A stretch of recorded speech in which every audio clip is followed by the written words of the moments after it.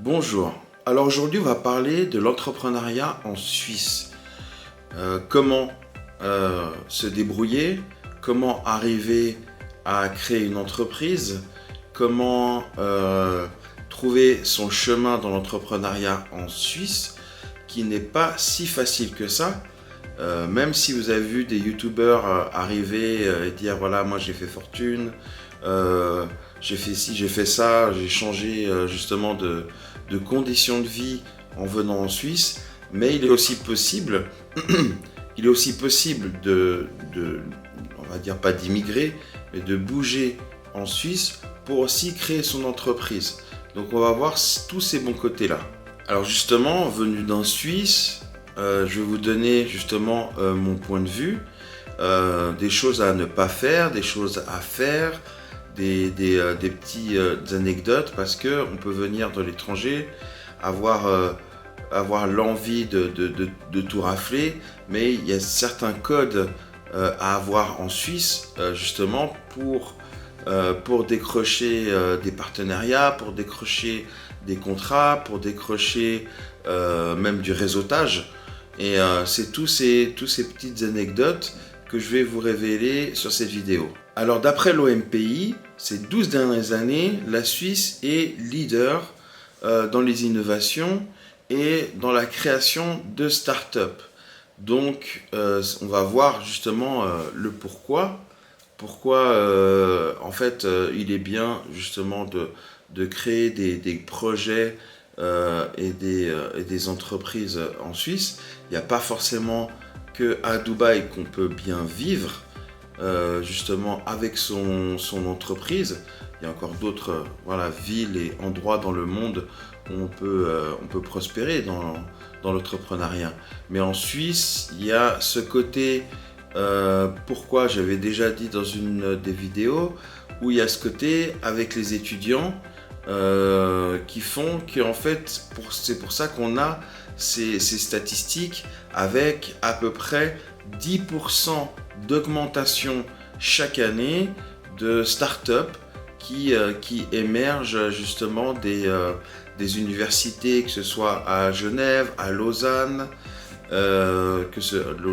Lausanne, le PFL, le PFZ à Zurich. Il y a encore d'autres endroits où justement il est bon de s'implanter aussi pour des raisons financières. Alors pour des raisons financières, vous savez très bien, vous avez entendu parler sur d'autres vidéos justement d'influenceurs qui dit justement qu'à Dubaï maintenant vous avez 9% d'imposition sur les entreprises. Et en fait en Suisse vous êtes entre 11,9 et 21%. Donc ça dépend les cantons. Les cantons en fait en Suisse c'est les parties qui sont séparées comme les régions en France. C'est les parties qui sont séparées en Suisse. Et par canton, les lois sont différentes et aussi les impositions sont différentes. Donc je vais vous dire à peu près les endroits, comme ça peut vous situer et vous allez pouvoir chercher aussi des renseignements sur les cantons qui seraient intéressants. Vous allez voir justement que on est proche de Dubaï, c'est pas Dubaï, mais on est proche, le côté de l'imposition. Alors à Genève, où je suis, c'est 14% d'imposition. Vous avez Fribourg avec 14%. Vous avez Neuchâtel avec 14,56%. Vous avez Lucerne avec 12,20%. Vous avez le Valais avec 16,98%. À Zurich, qui est quand même la première ville de Suisse économique, c'est 19,65%. Et vous avez l'endroit le plus intéressant de Suisse qui est 11,92%, qui est à Zug. Alors Zug, c'est vraiment l'endroit où vous avez tous les fortunes de Suisse qui ont quand même une adresse, un compte postal, une boîte aux lettres, justement, et qui est vraiment intéressant parce que c'est l'endroit le plus bas, justement, de Suisse. Donc c'est pour ça qu'il y a beaucoup de riches qui se sont posés là-bas pour avoir ce taux le plus bas qu'on peut trouver, un des taux les plus bas justement d'Europe. Alors en fait en Suisse, il y a 26 cantons. Je ne vous ai pas parlé des 26 cantons parce qu'il y a des cantons qui sont plus ou moins intéressantes. Il y a quand même des opportunités dans chaque canton, mais ceux que je vous ai révélés, c'est pour moi les cantons où il y a déjà une croissance énorme, beaucoup plus de possibilités de création de projets, d'entreprises, de s'implanter. Et à côté, Zug, qui est la ville et le canton où il y a le moins d'imposition, justement, que ce soit pour l'entreprise et aussi pour les riches qui s'y installent. Donc Genève, où j'habite, où je réside, c'est clair que c'est important, c'est une plaque tournante de la Suisse, c'est une plaque tournante européenne. Vous avez des congrès internationaux, vous avez l'ONU, justement une des bases de l'ONU. Vous avez énormément d'ambassades, vous avez l'aéroport international de Genève.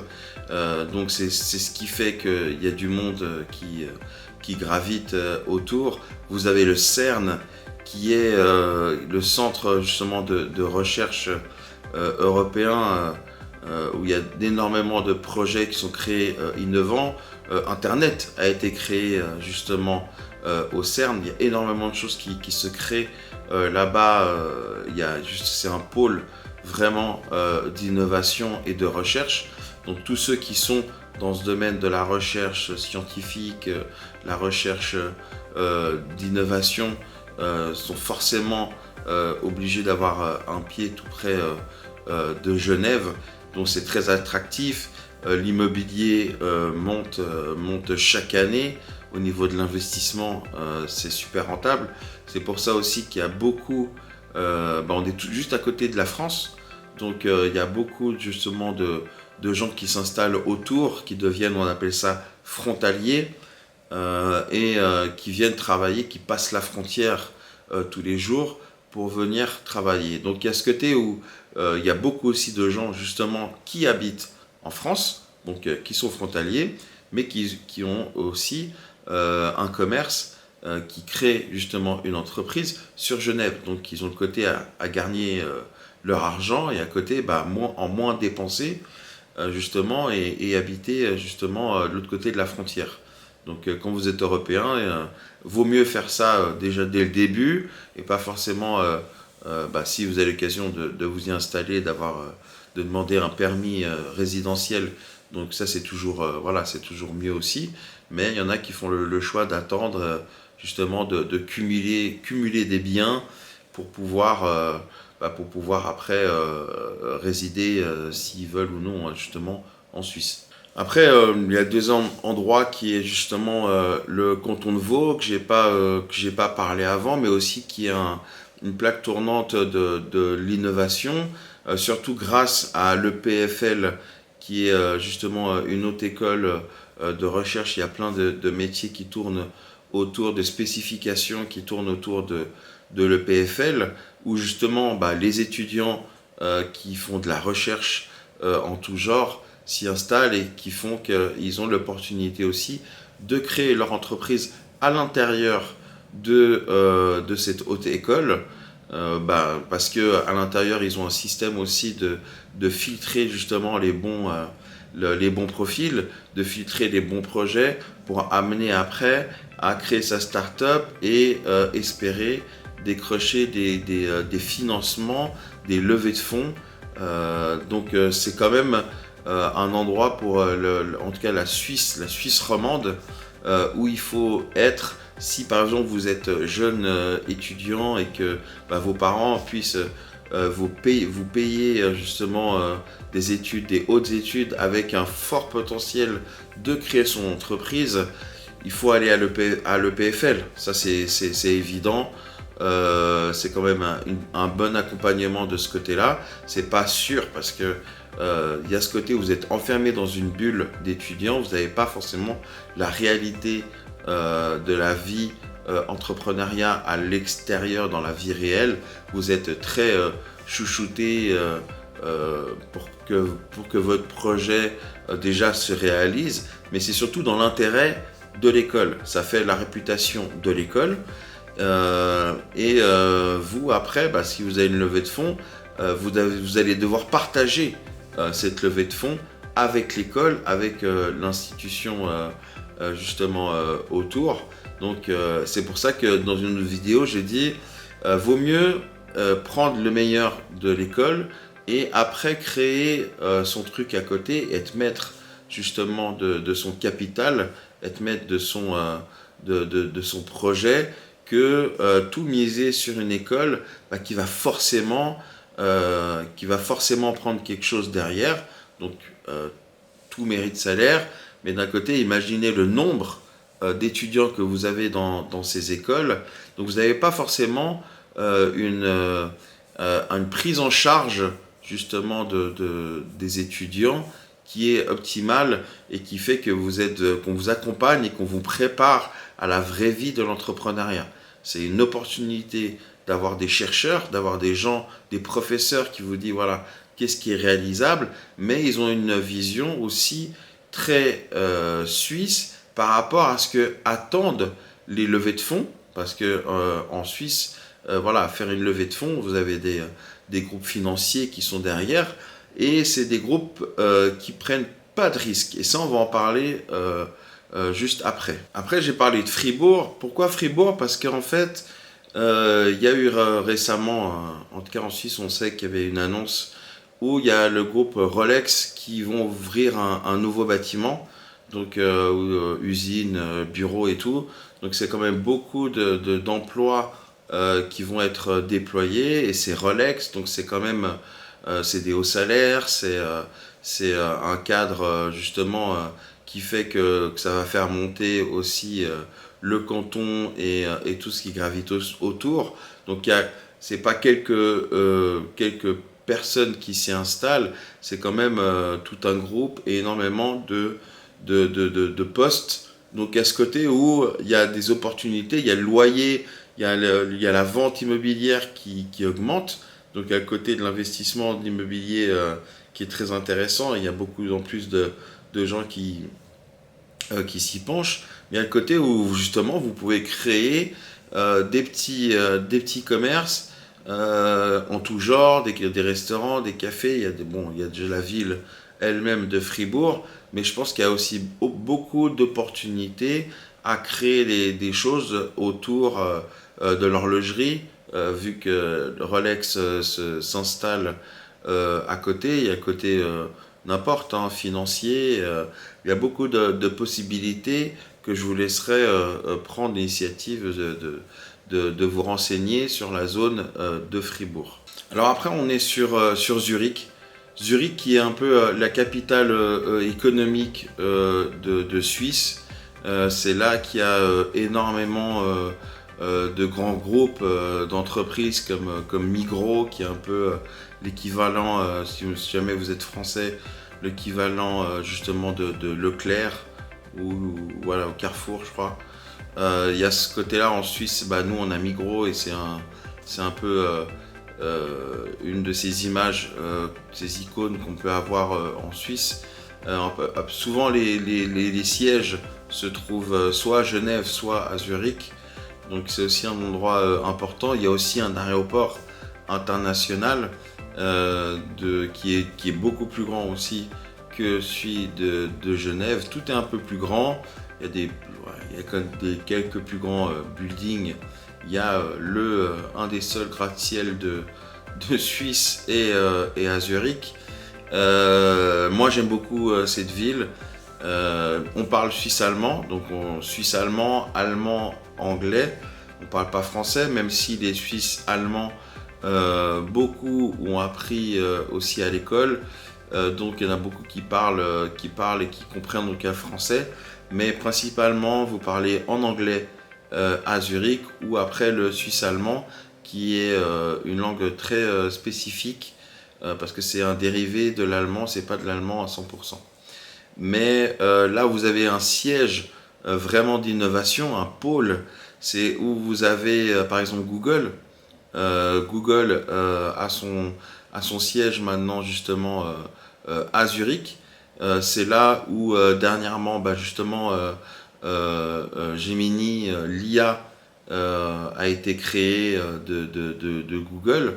Elle a été créée avec des chercheurs qui sont justement basés à Zurich. C'est pas forcément à la Silicon Valley que les choses se créent. Donc économiquement, ces grands groupes se sont installés dans des endroits comme ça, comme la Suisse. Donc on voit l'importance aussi de s'installer au niveau économique, au niveau justement d'imposition et avec un cadre, la totale, pour vraiment se poser dans un endroit neutre. Voilà, des groupes comme Google, il y a Microsoft aussi qui est là-bas, il y a Facebook. Facebook aussi, il y a beaucoup de choses qui ont été développées à Zurich. Ils ont une grosse équipe qui travaille sur l'Oculus Quest, qui est justement un de leurs casques de réalité virtuelle. Vous avez vraiment une grosse équipe là-bas qui fait partie du développement de la réalité virtuelle. Donc en fait, c'est vraiment un endroit au niveau de l'innovation et de la technologie qui est importante, et que si vous créez justement un business autour de l'innovation, forcément faut y aller de temps en temps, forcément il faut graviter autour et se rendre dans des événements, parce que vous allez croiser justement du beau monde, énormément de potentiel en étant à Zurich. La ville est chère, c'est quand même une des villes les plus chères justement du monde au niveau pour s'installer, pour le loyer, tout ça, mais le pouvoir d'achat est énorme. Les gens, c'est là où il y a quand même énormément, je pense qu'il y a plus de millionnaires, vous avez beaucoup de milliardaires, beaucoup de venture capital, beaucoup d'argent qui gravitent autour de Zurich. Donc c'est forcément un endroit où si vous créez votre start-up, par exemple vous avez l'école de l'EPFZ, donc c'est l'équivalent à l'EPFL, mais l'EPFZ de Zurich, donc là une autre école justement de tech et de création en tout genre, qui fait que il y a beaucoup de projets qui sortent également de là-bas. C'est 100%, vous avez des cours aussi justement plus en anglais. Donc en fait, il y a beaucoup de gens aussi d'étudiants étrangers justement où les familles envoient leurs jeunes là-bas, qui est justement à l'EPFZ. Donc personnellement, si j'étais étudiant j'avais l'opportunité d'aller dans une autre haute école, je pense que je choisirais plutôt l'EPFZ par rapport à tout le cadre et l'ouverture sur le monde que vous pouvez avoir, plus ça que le PFL, en tout cas pour moi personnellement. Ensuite, j'ai parlé de Lucerne. Pour moi, Lucerne, c'est la plus belle ville de Suisse. C'est magnifique. Le lac, il y a le lac qui est juste à côté, époustouflant. La vue, elle est superbe. Les gens sont super. Ça parle suisse allemand également. Mais là-bas, vous avez également beaucoup de fortunés, hein. Le cadre fait que, franchement, c'est un peu normal de s'y poser et de poser sa maison ou autre. Il n'y a pas beaucoup d'immeubles. C'est pas un endroit où c'est concentré. Il y a des quartiers. Il y a des quartiers, mais c'est des petits immeubles de 3 étages. Donc en Suisse, on n'a pas forcément ce cadre où on n'a que des quartiers avec des immeubles de 20 étages et tout. Non, là, c'est vraiment des petites résidences. Donc Lucerne, j'adore. C'est bon vivre. Si à côté on peut aussi se débrouiller très facilement en anglais. En anglais, ça suffit aussi à Lucerne.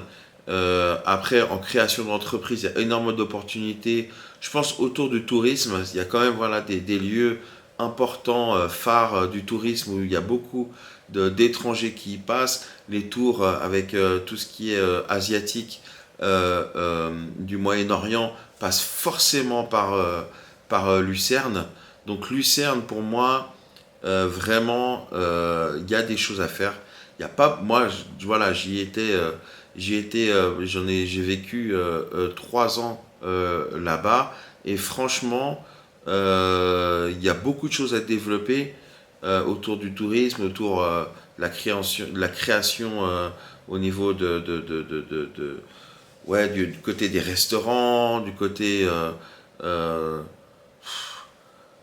sur les langues. Vous avez vu que vous avez justement énormément de groupes de tourisme qui vient donc au niveau des langues et des ethnies qui peut y passer, dont par exemple la Chine. Il y a beaucoup de Chinois qui passent par là, donc il y a beaucoup d'opportunités pour les attirer.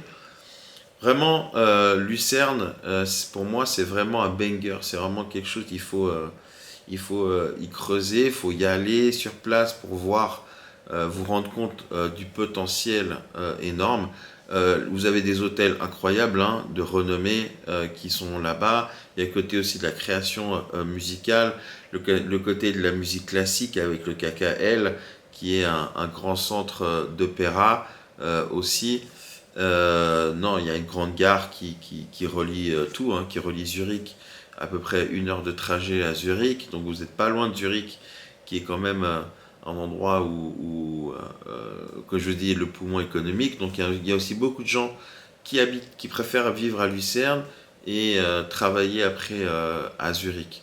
Donc pour moi, c'est vraiment un endroit à aller, à s'y pencher pour la création de énormément de potentiel de business. Alors vraiment en Suisse, il y a le côté, cette stabilité sociale, économique. Donc ça, il y a pas photo. Vous savez la valeur du franc suisse, qui est une monnaie forte. Donc là-dessus, on voit que justement la stabilité du pays est très important. Il y a ce côté neutre qu'on a. Ça, c'est une vision globale. Après, c'est pas forcément ma vision. On n'est pas si neutre que ça. Mais voilà, il y a ce côté-là qui fait que justement, quand vous créez une entreprise à grande échelle aussi, sur des projets ambitieux, il y a ce côté, vous n'êtes pas sur le camp des Européens, vous n'êtes pas sur le clan des Américains, ni Asiatiques.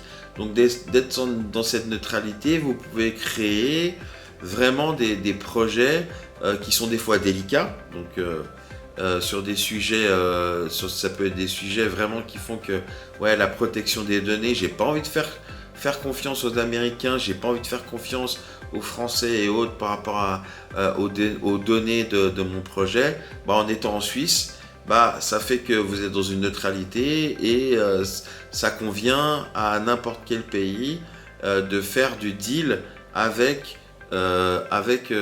la Suisse. Il y a ce côté justement, le deal, en Suisse on est très fort avec les accords bilatéraux que la Suisse a créés. Donc depuis tous ces événements de la pandémie et autres, il y a quand même beaucoup de choses qui ont été signées. Rien que la Chine, la Suisse a des accords très forts aussi avec la Chine, avec tous les pays du côté économique qui sont intéressants. La Suisse y va. Donc il y a pas, on ne prend pas position parti.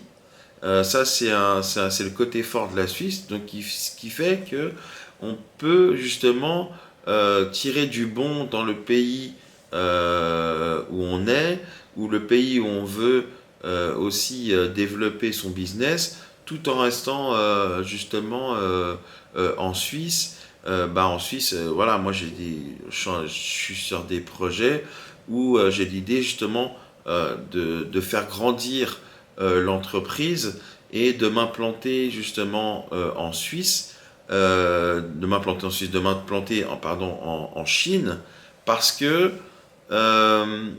justement la Suisse a une très très bonne image en Chine.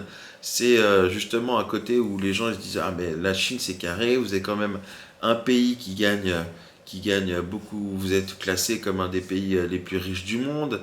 Donc à ce côté, en Asie, c'est très important, l'argent, la stabilité.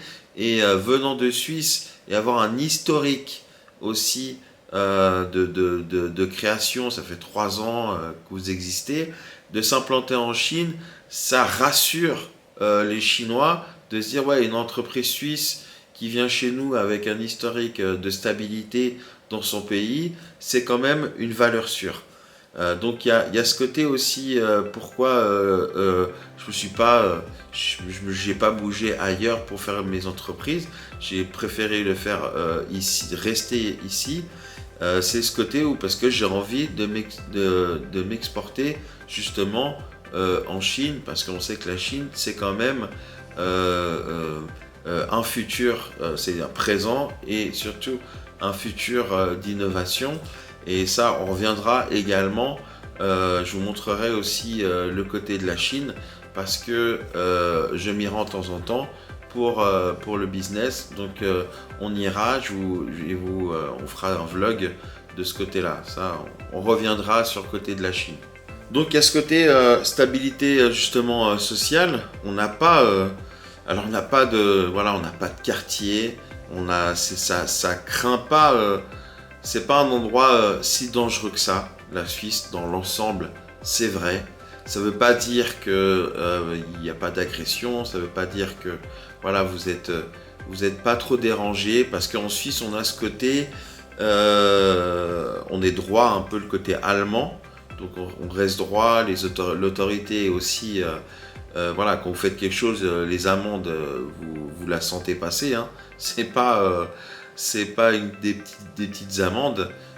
Donc, avoir des problèmes en Suisse, c'est compliqué pour la suite. Avoir un casier judiciaire en Suisse pour trouver du travail, c'est très compliqué parce que vous devez justement montrer que vous n'avez pas de problème avec la justice.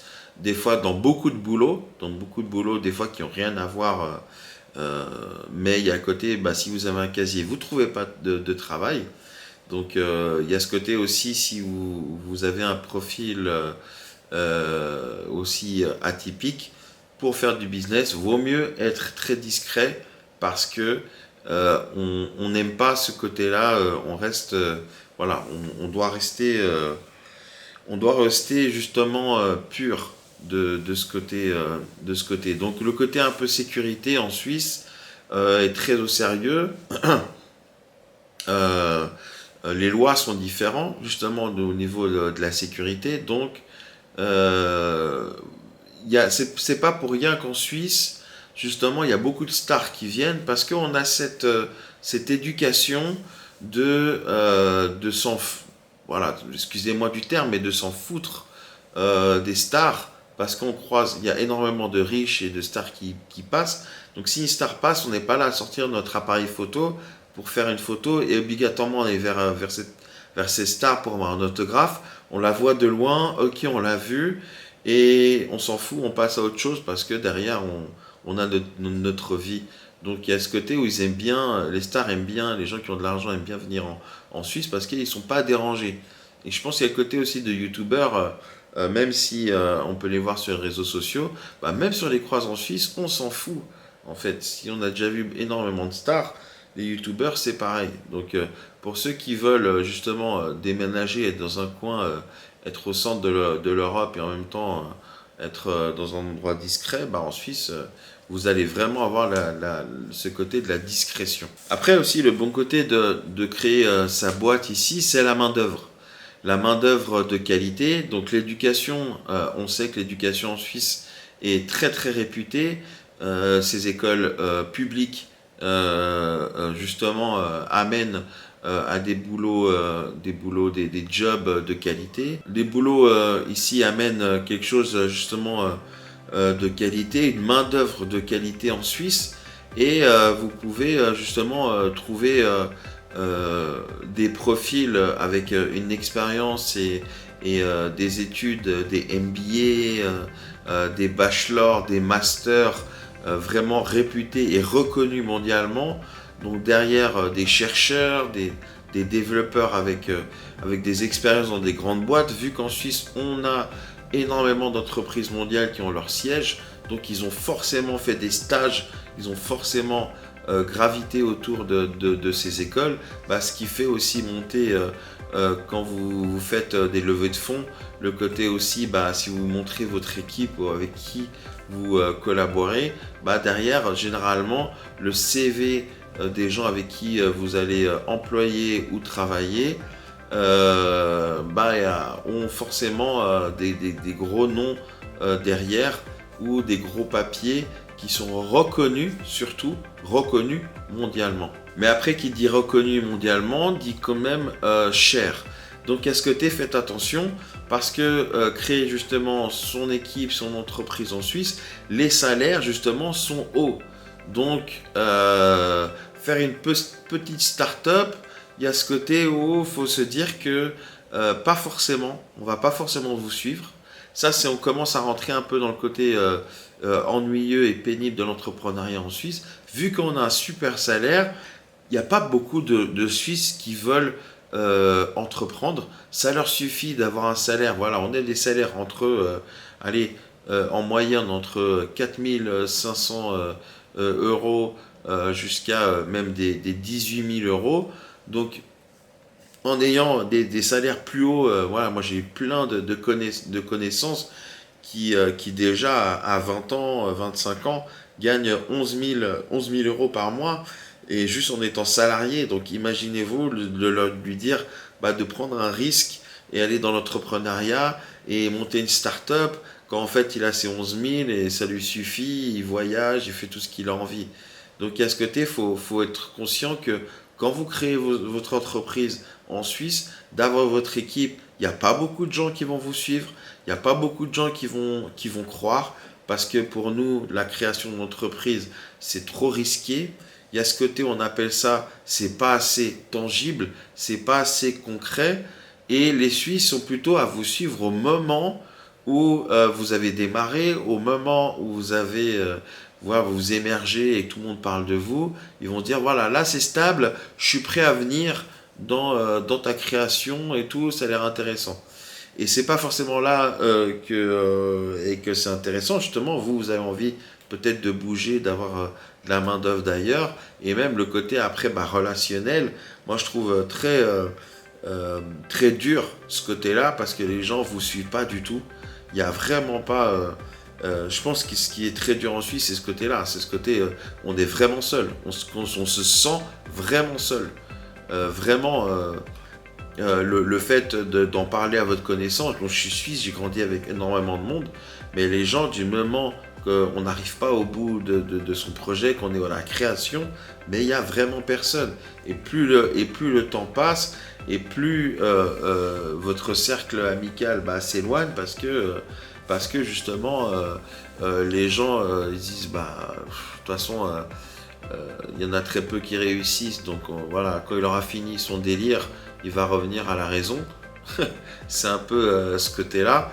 Donc accrochez-vous, si vous êtes de l'extérieur, de rentrer dans un réseautage et tout. Le réseautage au tout début de la création, va falloir s'accrocher là-dessus.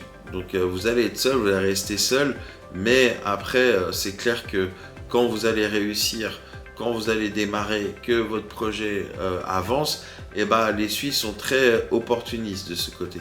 Donc vous avez beaucoup de monde qui va graviter, ça forcément. Et c'est ce côté en fait de la Suisse qui est aussi intéressant, c'est ce côté où la réussite est mise en avant. Donc la réussite fait que votre entreprise, on fait tout pour que vous restez actif, que votre entreprise prospère. Donc si vous faites des beaux chiffres, des bons chiffres, quand on dit justement ces 2-3 années, fait que derrière, il y a un système qui fait que vous avez l'opportunité aussi de rebondir. Même s'il y a beaucoup d'entrepreneurs aussi qui se plantent et qui ferment leur boîte, mais ils ont une mauvaise gestion financière, parce que normalement, moi je trouve personnellement que c'est pas là que c'est pas en Suisse que vous avez un risque, sinon de tomber, de faire chuter votre entreprise, parce que vous pouvez encore, il y a un système aussi de prêt bancaire pour vos entreprises qui est très avantageuse. le fait de continuer à lever des fonds, ce qui est beaucoup plus facile en deuxième temps. On appelle ça, vous avez en fait, dans l'entrepreneuriat, en levée de fonds, vous avez des tours, des rounds. Et on va un peu développer ça pour que vous compreniez pourquoi c'est intéressant quand vous arrivez au stade du tour A.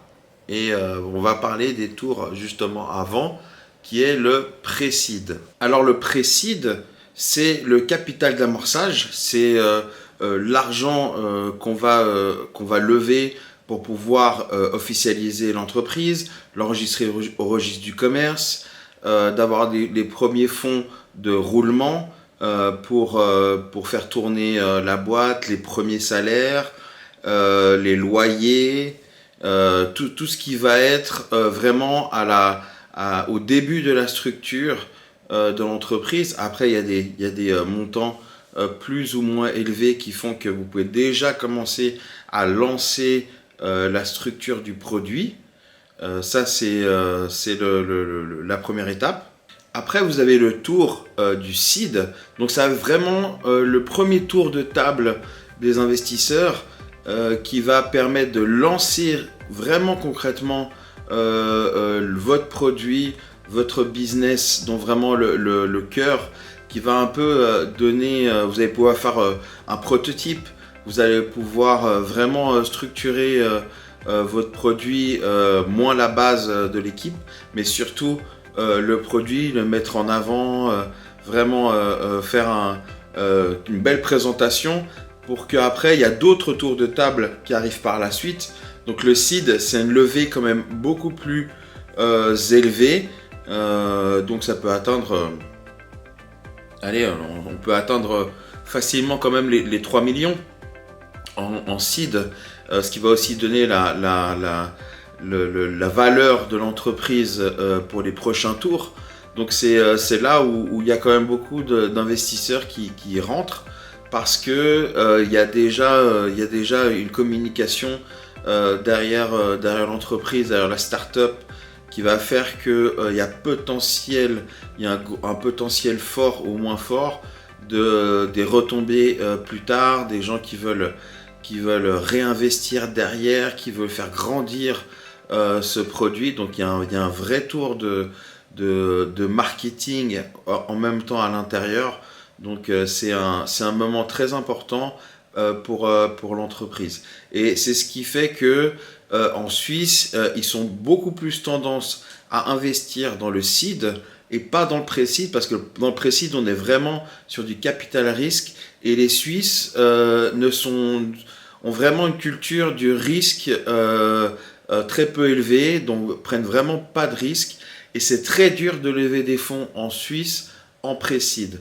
Donc c'est toujours bien d'arriver en Suisse et d'avoir un fonds pour pouvoir créer. Je veux dire, 20 000 francs pour ouvrir une SARL, et pour ouvrir après une entreprise anonyme, une SA. Là, on est autour des 100 000 francs. On peut le faire à 50 000 francs, mais pour avoir une structure de base avec une capitalisation un peu forte de votre projet, vaut mieux mettre 100 000 francs suisses. Et là-dessus, vous démarrez déjà en pré-seed, donc c'est lancé, c'est officialisé, c'est enregistré au registre du commerce. Et là, vous allez pouvoir provoquer un peu plus facilement le tour seed, et il y en a qui vont avoir plus tendance à se pencher sur votre produit ou sur votre projet. Donc un des mots que vous allez entendre souvent en Suisse au niveau de l'entrepreneuriat, ils aiment le côté tangible. Tangible, c'est vraiment ce côté palpable du projet. S'asseoir, voilà. Nous, on a une structure en Suisse très stable au niveau de l'investissement sur la pierre, sur quelque chose, sur la pharma. La pharma qui c'est pas forcément tangible tout le temps, mais sur des choses un peu plus concrètes. Donc l'innovation, pour eux, c'est très difficile de changer leur culture pour aller changer les choses, et l'innovation, ils en font, mais c'est très difficile, en tout cas dans mon cas, aussi en levée de fonds de ce côté-là au niveau des innovations, parce qu'on est sur de la tech, il faut des moyens pour développer, pour arriver en seed, et pour eux c'est très difficile. C'est pour ça qu'on intéresse beaucoup plus les étrangers qu'intéresser les Suisses, parce qu'ils vont souvent vous dire trouvez, dès que vous êtes lancé, on en reparle. Voilà, ils veulent avoir soit déjà ce côté où on en reparle, donc que ce soit moins volatile, il faut que ce soit vraiment plus tangible pour après qu'ils rentrent. Donc ça va être très difficile de trouver un millionnaire ou un milliardaire ou un business angel qui va investir sur vous, mais tout est possible en sachant que voilà, en Suisse, on a énormément de gens riches, donc de fortune, de family office. Voilà, il y a beaucoup de gérance, justement de gens qui ont une richesse et qu'il faut faire travailler leur argent. Donc en fait, il faut sortir. Il faut aller dans des endroits où traînent ces personnes. Il faut aller des conventions. Faut vraiment essayer de graviter. C'est pour ça que changer un peu son quotidien, de ne pas sortir aux mêmes endroits. Quand vous allez en Suisse, voilà, il y a des endroits, ils aiment bien se poser. Il y a des stations de ski où ils aiment bien aller, que ce soit Stade, que ce soit Zermatt, que ce soit même voilà, des stations de ski qui sont même de côté français. Donc il y a des endroits comme ça qu'il faut aller. Il y a des festivals aussi. Il y a des hôtels où ils aiment bien, voilà, ils aiment bien. Il y a des réceptions, donc ils aiment bien boire un peu entre eux. Ils aiment bien justement lancer des petits produits. Donc il y a des petits événements et qu'il faut essayer de rentrer parce que c'est souvent des petites soirées privées. Et quand vous commencez à rentrer là-dedans, il faut prendre ce risque d'en parler, de rencontrer, et ça peut déboucher sur justement ah mais moi j'ai un pote qui a fait ci, qui a fait ça, regarde, il a une start-up, ok c'est intéressant. Voilà, provoquer, aller, oser. Après comme je l'ai dit dans une autre vidéo, en Suisse en tout cas, pour mon expérience, moi personnellement je conseille vraiment pas les incubateurs de start-up. Déjà, voilà, tous ces trucs d'incubateur, soi-disant, on vous accompagne.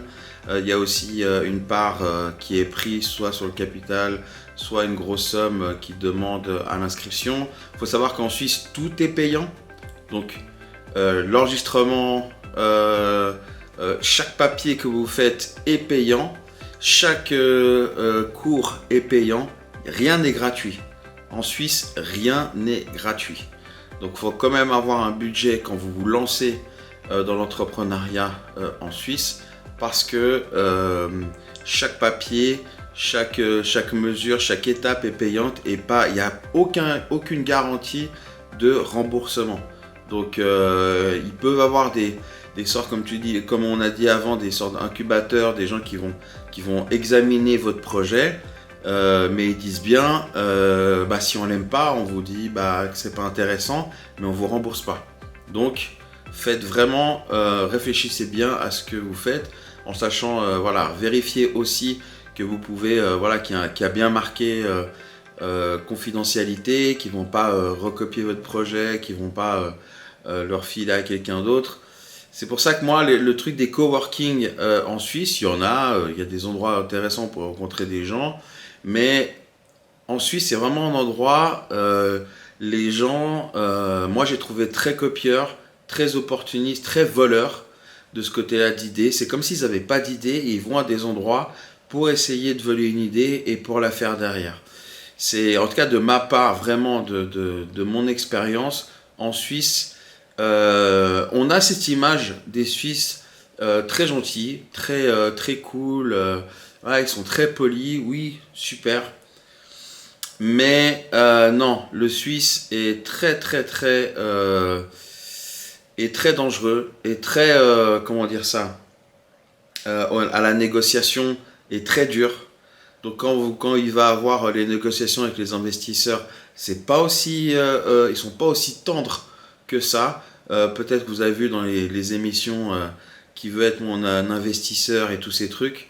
Non, en Suisse, vous pouvez facilement entendre des gens qui vont sortir, je veux 75% de ton entreprise, 100% de ton entreprise, parce que vu que justement il y a des gros montants tout de suite, ils pensent qu'ils peuvent justement prétendre et ils osent pas, ils osent pas, comment dire ça, ils n'ont pas de retenue de vous dire moi je vous prends 100% ou 80% de la boîte. De toute façon, l'argent, c'est l'argent qui gouverne. Donc, le Suisse a une éducation déjà dans les écoles. Faut savoir, dans les écoles de commerce, tout ça, on vous apprend à être l'élite. On vous apprend à dire que dans les cours, ils disent voilà, vous êtes l'élite, ceux qui sont en bas, en gros, c'est de la merde. Et il y a vraiment ce côté où ils sont sans cœur. Pour l'argent, il n'y a aucun problème. Parce que le plus important, c'est la fortune. Donc, c'est pour ça, soyez quand même prudents de ce côté-là, parce que et ne soyez pas choqués, parce que ils peuvent faire beaucoup de choses pour avoir l'idée ou vous proposer ou vous racheter. Bon, ça c'est une chose, mais au niveau des négociations, ne vous laissez pas faire, ne vous laissez pas emporter parce que on vous donne une somme que vous n'avez jamais entendue. Ça ne veut pas dire que votre projet vaut plus, et c'est ça en fait. Ils vont jouer beaucoup sur les mots. Les Suisses sont très bons justement à l'élocution, ils sont très bons au discours et vous endormir. Donc croyez en vous et ne vous faites pas avoir et soyez prudents. Faites signer des NDA. Vraiment, faites signer des NDA, parce que le truc juridique en Suisse, ils respectent beaucoup, mais ils vont toujours vous trouver une solution pour dire non, mais ici on n'a pas besoin, on fait pas trop ça, on est cool, on est gentil, on n'a pas besoin de faire signer un truc, t'inquiète pas, nanana. Non, non. Qui que ce soit, vous faites signer un NDA. Tu veux pas signer, on n'en parle plus, tu vas voir ailleurs, tu vas arnaquer quelqu'un d'autre ailleurs. Et ça peut être n'importe où. Ça peut être à l'État, ça peut être les grosses boîtes. Il y a des grosses boîtes justement en Suisse qui payent mal. Bon, je vais pas dire les noms, mais c'est des grosses boîtes avec des gros logos, que ce soit dans l'horlogerie ou autre, qu'on connaît. Et ils sont connus pour être les mauvais payeurs. Parce que justement, ils sont en haut, ils savent que les startups ou les gens qui se lancent, ils ont besoin de financement ou autre, donc ils seront prêts à tout et ils sont prêts justement à un mauvais comportement avec vous aussi. Donc faites-vous respecter ici. C'est ce qui va faire, peut-être il y aura moins de contrats, il y aura moins d'opportunités, mais vous allez avoir une réputation qui va vite monter, dans le sens que on ne joue pas avec vous, on ne joue pas avec votre projet. Donc vraiment, ne cédez pas à la tentation juste parce que c'est une grande marque ou un grand nom qui est derrière. Vraiment, accrochez-vous, parce que la Suisse c'est petit et il y a tout le reste du monde qui n'attend que vous. Après, il faut quand même voir que le Suisse, dans l'entrepreneuriat et dans l'investissement, dans ce qui est pour chercher justement des clients ou d'autres opportunités, en Suisse, arriver et en étant français, en étant étranger, et les Américains, c'est très, je parle avec ce fort accent, avec des gestes et tout, et envoyer du lourd dans les effets, ça marche pas. Les Suisses, ils s'en foutent. Vous êtes français, vous parlez, vous attaquez fort dans la vente et vous mettez en avant, vous êtes un peu agressif justement dans aller vers l'autre personne quand vous parlez. Ça aussi ça marche pas. Il y a un côté au niveau des accents, ils sont très chauvins, si on peut dire ça comme ça, en Suisse. C'est très suisse, ils aimeraient bien justement garder ça entre Suisses. Et arriver, il faut vraiment essayer de travailler sur ce côté où il vaut mieux ne pas entendre que vous êtes français. Donc travailler, c'est grave ce que je dis, mais c'est vraiment la réalité. d'essayer d'avoir un accent neutre, parce que s'ils entendent que vous êtes français, ils vont être sur la défensive, ça c'est clair, malheureusement. Donc ayez une approche vraiment douce, tranquille, prenez votre temps. La Suisse c'est ça, hein. On est connu, et vraiment, hein, c'est même pas des rumeurs, on nous dit ouais, tranquille, tranquille, tranquille, et c'est vraiment ça, même dans le business, c'est vraiment tranquille. Faut pas les harceler, faut aller à leur rythme, même s'ils ont un gros portefeuille. Après, vous avez certains codes, des fois aussi l'habillement, ils sont très physionomistes, ils regardent des petits détails, le costard, ils regardent aussi si vous avez une montre de marque. Si vous portez pas de montre, c'est pas grave, mais si vous portez une montre de qualité, ça va inspirer le respect. Pourtant, ça veut rien dire du tout de porter une belle montre, hein. Mais ils vont même pas se poser la question. Je dis vraiment, je connais plein de gens dans les finances. Des fois, il y en a qui ont même des fausses montres et ils les mettent. C'est juste parce que au boulot, tout le monde a une Patek, tout le monde a une Rolex, et c'est ces codes vestimentaires, ces codes du paraître, qu'en Suisse, ça vous ouvre certaines portes. Mais le fond de la personne, le fond des projets, des fois elle ne veut rien dire, mais l'extérieur, pour eux, est aussi des fois plus important. Je trouve ça dommage de la Suisse qui sont pas assez pointilleux sur le fond des choses de ce côté-là, parce que moi quand je suis allé en Chine, j'étais vraiment surpris du fait que de l'extérieur on a l'impression que c'est des fois des patrons et des gens dans le business sont un peu habillés vraiment, mais même pas, c'est même plus que simple, c'est vraiment le papa du dimanche. Et en fait derrière il a une grosse Bentley, il a une grosse berline, et qu'en fait il a une entreprise et il pèse des millions, et pourtant sur l'habillement on voit rien, et il est simple, et même dans la façon de se comporter quand vous êtes reçu, c'est dans la simplicité, mais au fond des choses c'est des excellents businessmen et des excellents hommes d'affaires ou femmes d'affaires.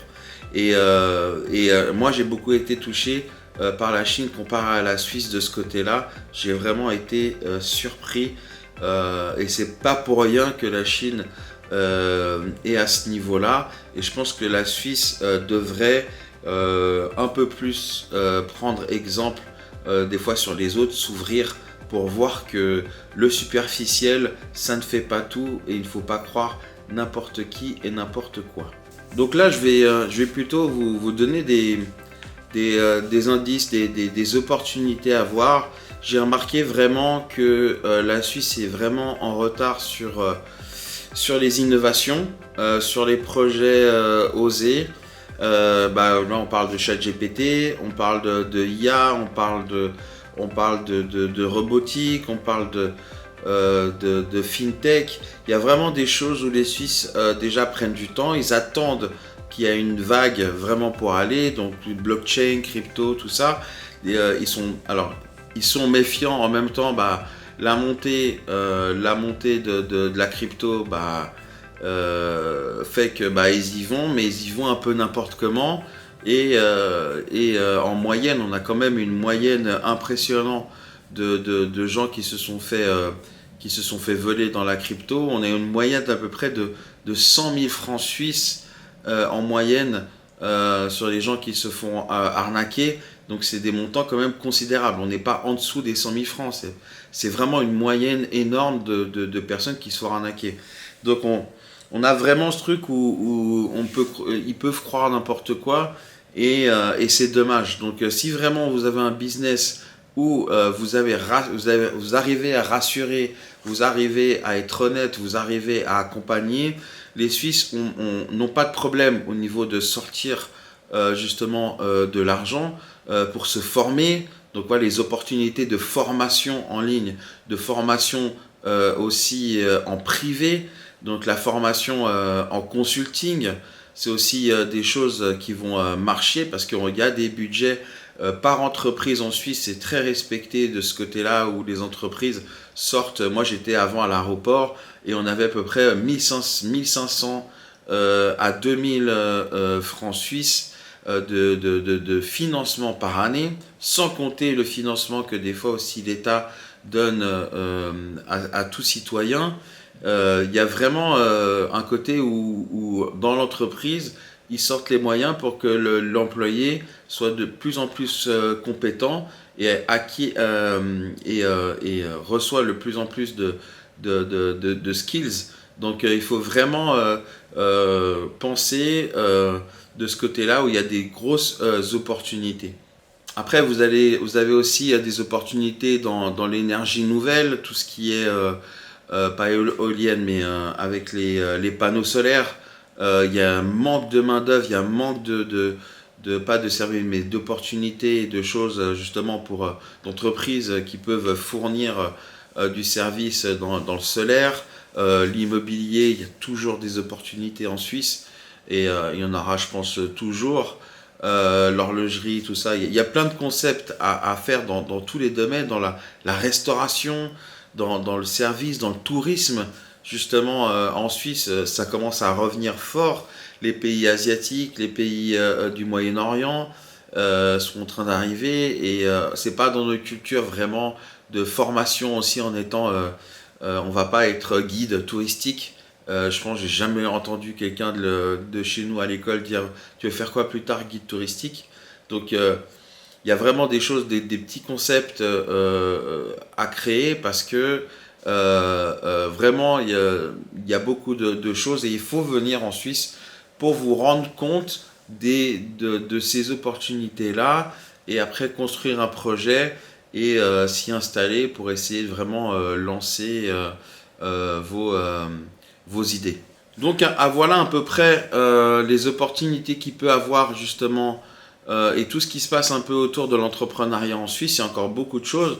Il y a beaucoup de choses que vous allez retrouver aussi dans le challenge que vous pouvez demander par email, donc sur la page Blancpage, où vous m'envoyez, vous avez un lien juste en bas, et je vous envoie le challenge où vous allez voir que vous allez vite fait de plus en plus comprendre le mécanisme avant de venir en Suisse. Il y a justement du coaching je propose également du coaching pour accompagner les entreprises ou les projets, on va dire, étrangers qui veulent implanter ça en Suisse et de comment justement les étapes à faire, où aller pour s'enregistrer, toutes ces choses. De ce côté-là, avec mon équipe, on peut justement répondre, on peut vous accompagner en consulting pour vraiment vous emmener à que vous ouvrez votre projet, vous créez et que vous essayez de trouver une levée de fonds en Suisse. Donc c'est possible, on a notre réseau avec Blancpage et je vous invite à me contacter justement par mail, à me retrouver justement sur Discord. On a aussi ouvert une page Discord où il y a aussi une section vraiment pour ceux qui font de l'entrepreneuriat en Suisse. Je vais vous donner des astuces là derrière, des endroits où aller, parce que voilà, il y a des lieux plus importants où vous allez forcément voir des gens trouver justement des opportunités.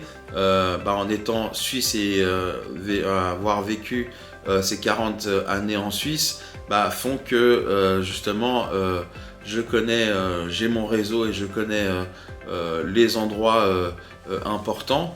Donc n'hésitez pas à me contacter et on reviendra sûrement sur l'entrepreneuriat en Suisse. Vous verrez aussi de mon côté les vlogs justement de mon parcours avec mes entreprises en Suisse et comme ça vous allez constater par vous-même. Et je vous souhaite un bon visionnage. N'oublie pas de rajouter le pouce vu que tu as aimé ou pas. Et je te laisse faire un commentaire justement si tu as aimé ou pas la vidéo. Et je te laisse suivre les prochaines vidéos. Merci en tout cas d'avoir suivi. À la prochaine.